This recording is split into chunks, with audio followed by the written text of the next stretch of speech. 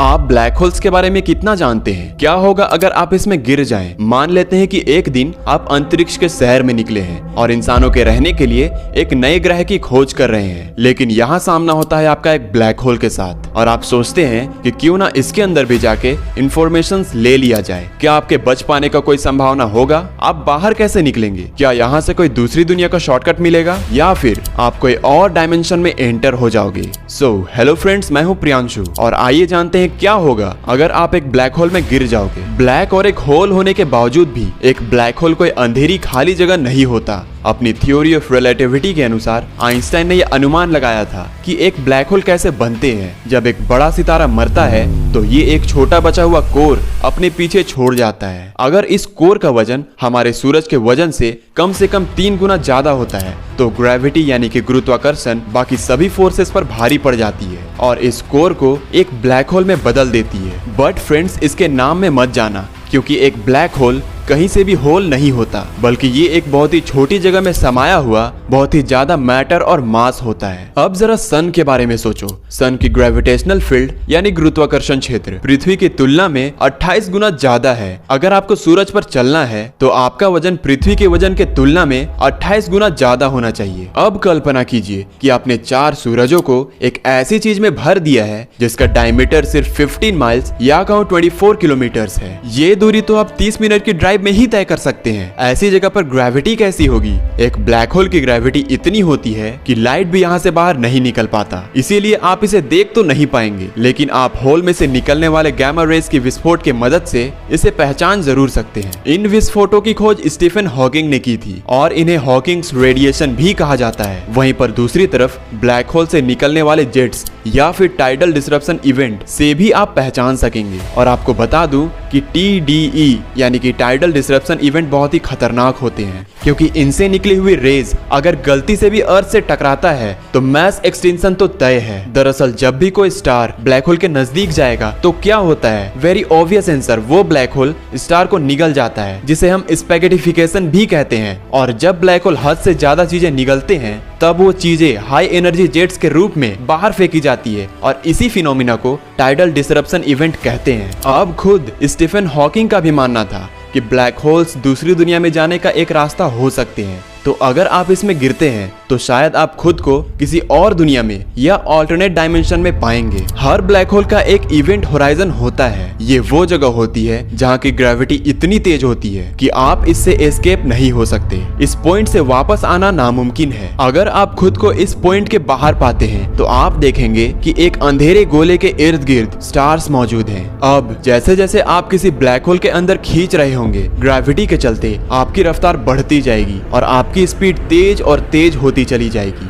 आप जैसे जाबाज अंतरिक्ष यात्री के लिए ये पहली बुरी खबर होने वाली है कि एक ब्लैक होल का ग्रेविटेशनल फोर्स यानी गुरुत्वाकर्षण बल बहुत ज्यादा होता है और अगर आपके पैर पहले नीचे पहुंचते हैं तो आपकी टांगों पर लगने वाला जोर सर पर लगने वाला जोर के मुकाबले बहुत ज्यादा होगा। आपका शरीर अलग अलग हिस्सों में खींच रहा होगा। और अगर आप स्टेलर ब्लैक होल के अंदर जा रहे हैं तो उससे पहले ये जान लो कि स्टेलर ब्लैक होल सबसे आम ब्लैक होल्स होते हैं। ये ब्लैक होल्स 9 माइल्स या 15 किलोमीटर तक चौड़े हो सकते हैं और इनका वजन 20 सूरजों जितना बराबर हो सकता है। अगर आप किसी स्टेलर ब्लैक होल के तरफ खींचते हैं तो आप इवेंट होराइजन तक पहुंचने से पहले ही पूरी तरह से बिखर चुके होंगे। तो कोशिश करें कि गिरने के लिए किसी बेहद ही बड़े ब्लैक होल को चुनें, ऐसा जिसका वजन हमारे सूरज के वजन से 10 लाख गुना ज्यादा हो, क्योंकि ऐसा होने पर इवेंट होराइजन में गिरने के बाद आपके शरीर को कोई नुकसान नहीं होगा, क्योंकि आपके पैर और सर दोनों हिस्सों पर लगने वाले ग्रेविटी लगभग बराबर तेजी के होंगे। और अगर आप ये सोच रहे हैं कि ऐसा ब्लैक होल कहां मिलेगा, तो ज्यादा दूर जाने की जरूरत नहीं है, क्योंकि हमारी गैलेक्सी या आकाशगंगा के बीचों बीच एक ऐसा ब्लैक होल है जिसका नाम सेगिटेरियस A है। खुशकिस्मती से ये करीब 26,000 लाइट ईयर्स की दूरी पर स्थित है। ये ना तो हमारे सूरज को निगल सकता है और ना ही हमारे प्लैनेट्स को। लेकिन अभी से अपना सामान ना बांधे, क्योंकि इवेंट होराइजन को पार करना तो केवल इस चुनौती की शुरुआत है। ब्लैक होल्स के सेंटर में एक ग्रेविटेशनल सिंगुलैरिटी होती है जहां डेंसिटी या घनत्व इनफाइनाइट हो जाता है। आप सेंटर की तरफ खींचते चले जाएंगे और ब्लैक होल में मिलकर एक हो जाएंगे। आप अपने अनुभव के बारे में कभी किसी को बता नहीं पाएंगे। हालांकि इवेंट होराइजन के बाहर से आपको देख रहे एक शख्स के लिए ये तस्वीर अलग ही होगी। जैसे जैसे आप एक ब्लैक होल में गिर रहे होंगे, वो आपको धीमा, कमजोर और लाल होते हुए देखेगा। आखिर में आप जम जाएंगे और इवेंट होराइजन को पार नहीं कर पाएंगे। ऐसा इसीलिए क्योंकि ब्लैक होल में स्पेस और टाइम दोनों आपस में अपने रोल्स या किरदार बदल लेते हैं। इवेंट होराइजन में टाइम बंद पड़ जाता है और वहीं पर स्पेस आगे बढ़ने लगता है। आप पीछे मुड़कर ब्लैक होल से भाग नहीं पाएंगे, ना ही आप समय में वापस आ पाएंगे। अगर ये ब्लैक होल कभी खत्म भी हो जाता है और आपके शरीर समेत अपने अंदर का हर मैटर बाहर फेंक देता है, तो भी ये बताना नामुमकिन होगा कि वो पार्टिकल्स आपके ही हैं। हालांकि स्टीफन हॉकिंग ने इसके लिए एक रास्ता निकाला था, जिससे ब्लैक होल के अंदर जाने के बाद भी